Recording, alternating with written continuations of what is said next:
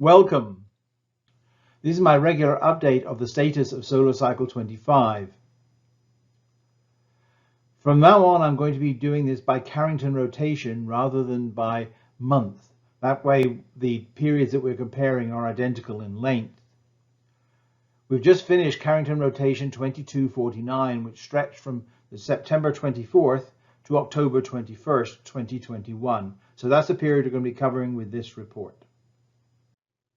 Carrington rotations may be unfamiliar to some of you, so the first question to answer, what is a Carrington rotation? Measuring the rotation rate of the Sun is not as easy as it might seem. The reason for that is the equator of the Sun moves faster than the poles, i.e. the Sun is rotating differentially. You can see by this picture on the right. Red here indicates rapid rotation, blue, slower rotation. And then again, what do you measure it against? Do you measure this against a nearby star, which is fixed, or do you measure it with respect to the Earth, which will make more sense from an observational point of view? This sidereal equatorial period, that's the period with respect to a local star, is 25.05 days at the equator. At the pole, that is much longer, is 34.3 days. However, measuring with respect to the Earth, that's called the synodic period, is 26.24 days at the equator, and correspondingly longer at the poles. However, we've chosen in solar physics not to use either of these quantities, but what we call a Carrington rotation, which is 27.28 days long. That corresponds to a latitude on the Sun of about 26 degrees. That's the latitude typically where we start to see sunspots. So there are 13.3 rotations in an average Earth year. Interestingly enough, the first rotation was defined to be the 8th of February, 1832 by Julius Bartels, and we have no idea why he chose that date. Perhaps it was the birthday of a girlfriend or something. But if anybody knows the reason for that, I'd be very interested in finding out. Let's take a look at the general status of the Sun at the moment. Remember, solar minimum was in December of 2019. That is Carrington rotation 2225. We are 22 months into solar cycle 25, so we're about 40% of the way towards maximum. Also, at the moment, the solar B angle, that's the tilt of the Sun towards or away from the Earth, is about 6 degrees. The plus sign indicates that the northern hemisphere of the Sun is pointed towards us. So we're seeing the north pole of the Sun a lot more clearly than we are seeing the south pole. And you'll notice that in some of the upcoming videos. So how is solar cycle 25 coming along so far? This is a plot of the sunspot number over the last 13 years. The yellow lines here are the daily sunspot numbers, and you can see they are highly variable. The blue curve is the monthly average sunspot number, and from that you can see that activity seems to come in bursts, and these are about 6 to 9 months apart. At least they were for solar cycle 24.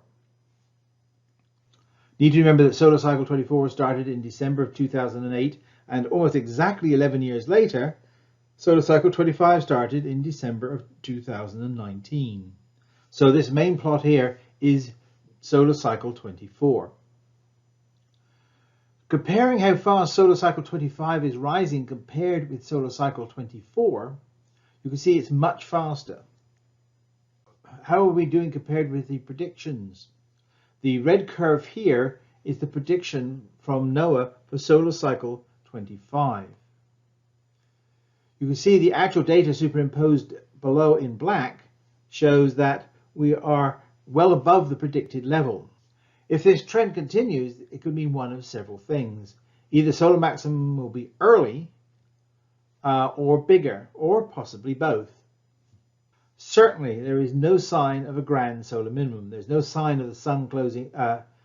There's no sign of the Sun shutting down. In fact, if anything, it seems to be revving up in activity. So we're going to take a detailed look at Carrington rotation 2249. We're going to use primarily the SDO, HMI and AIA videos. We're going to speed the videos up so 1 day is equivalent to about 1 second of the video.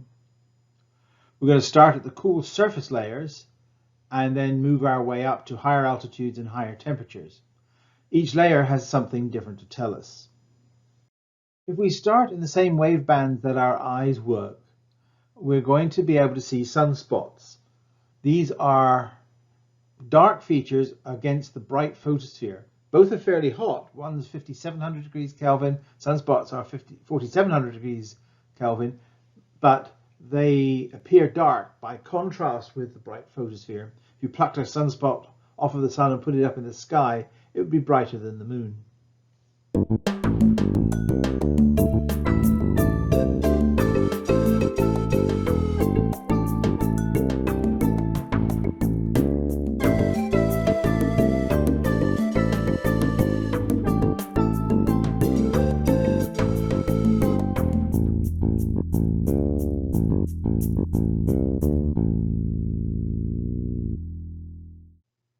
Next, we'll take a look at the magnetic sun. These images are called magnetograms.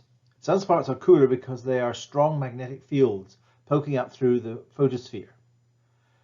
This causes less energy to escape in that area, so the area is cooler and therefore darker. Magnetic fields are present all over the sun to varying degrees. Some are weak and small, some are very strong and concentrated. The highest magnetic fields on the sun in the strongest sunspots are 20,000 times stronger than the magnetic fields on Earth. Note magnetic regions come in pairs. They represent a balance of positive and negative magnetic field. That's the black and white indicated on this image.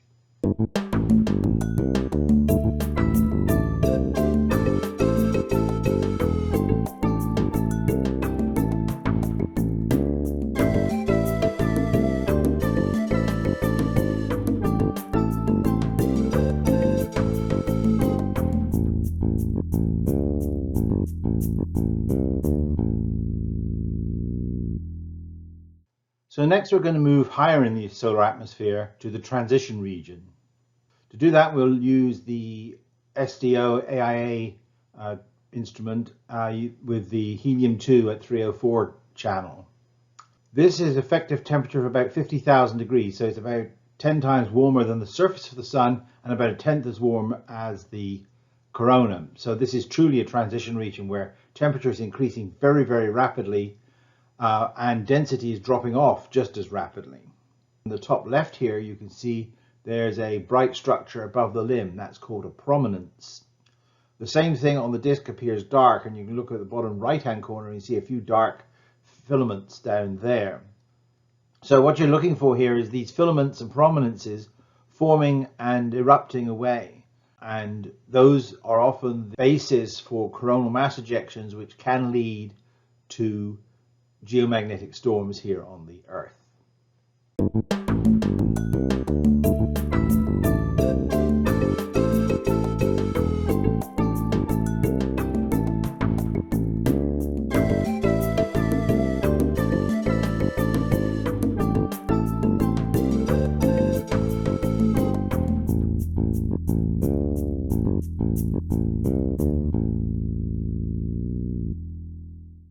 Next, we move higher into the solar atmosphere to the low temperature corona.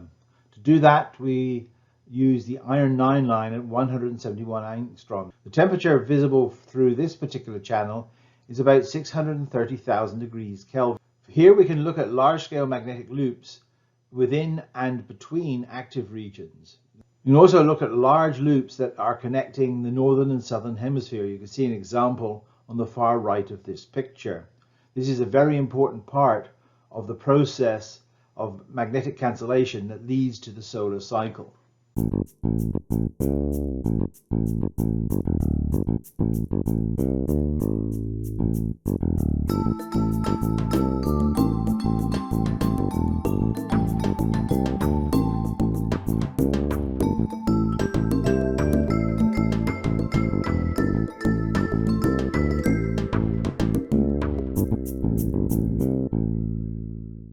Our next stop on our tour of the solar atmosphere is the so-called quiet corona. To look at that, we use the iron 12 line at 193 angstrom.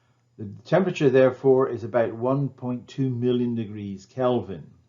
I call it quiet in quotes because we now know it's actually a very dynamic region, and so one of the things to watch is how much all of this structure, even in the quietest areas away from the active regions, is continuously changing.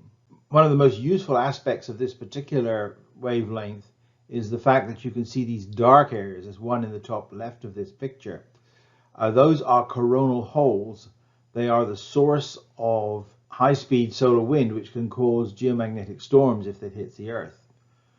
One of the things to note is that you can see the northern polar coronal hole is large, while the southern polar coronal hole is barely visible. I mentioned this before. This is to do with the B angle, the fact that the northern pole of the sun is at the moment tilted slightly towards us.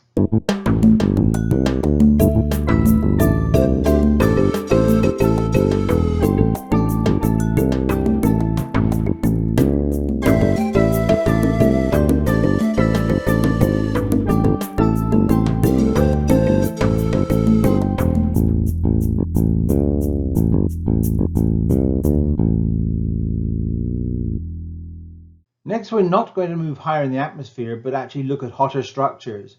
And those particularly you can see with the iron 16 line at 335 angstroms. These bright areas here are active regions. Generally, they are above sunspots. So this is the magnetic structure that the sunspots create. And in doing so, the coronal plasma gets much hotter. The temperature here is about 2.5 million degrees Kelvin, so twice as hot as the so-called quiet corona. Look for new regions emerging and flaring, and also see there's a lot of little bright dots all over the place. Those are called X-ray bright points. They are like mini active regions. They are small magnetic bipoles.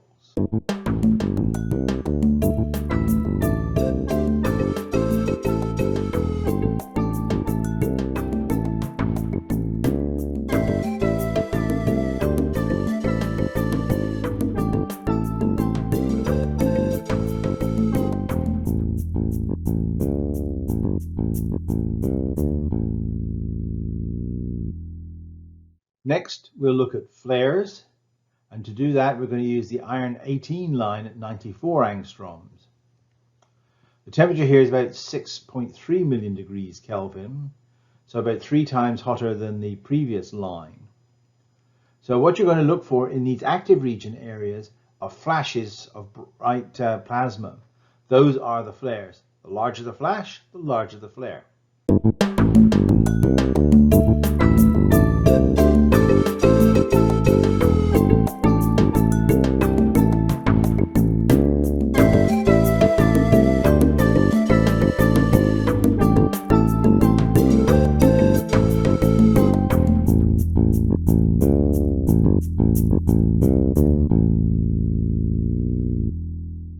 We had one exceedingly large flare during this period. It's an M1.6 flare on October the 9th.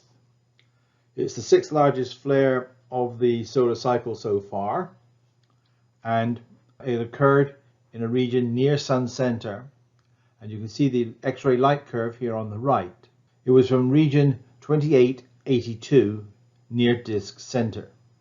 So I'm going to show you a series of videos at different wavelengths of what happened with this flare. Notice how different they look from each other. We start with the iron 12, go then to the iron 16, and eventually the iron 18. The size of the Earth is put in the top right hand corner for reference.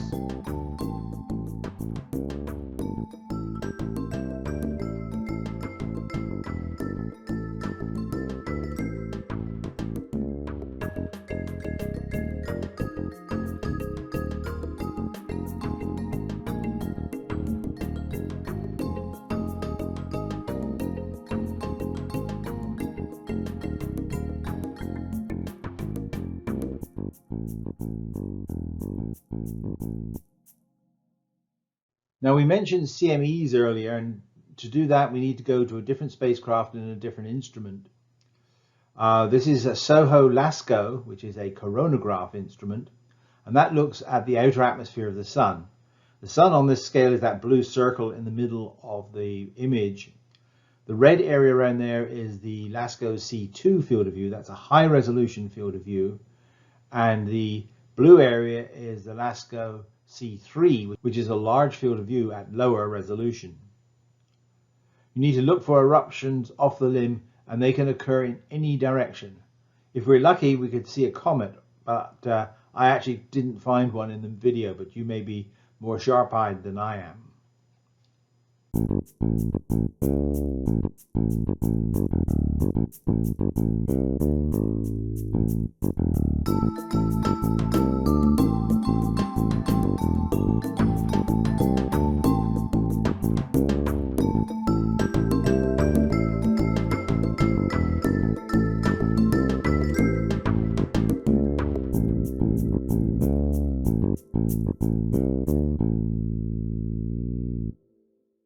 For all the solar activity, we only had one geomagnetic storm, and that was on the 21st of October. It produced aurora visible from Reykjavik in Iceland. The KP index was equal to 6, and that makes it a G2 magnetic storm. So in summary, solar activity is on the rise. Solar cycle 25 is rising much faster than solar cycle 24 did. Solar maximum is therefore likely to be larger and or earlier than forecasted by the NOAA-NASA team a couple of years ago. There is no sign of a grand solar minimum, and in fact I think the GSM may now start to mean grand solar maximum. So until next time, stay safe and goodbye.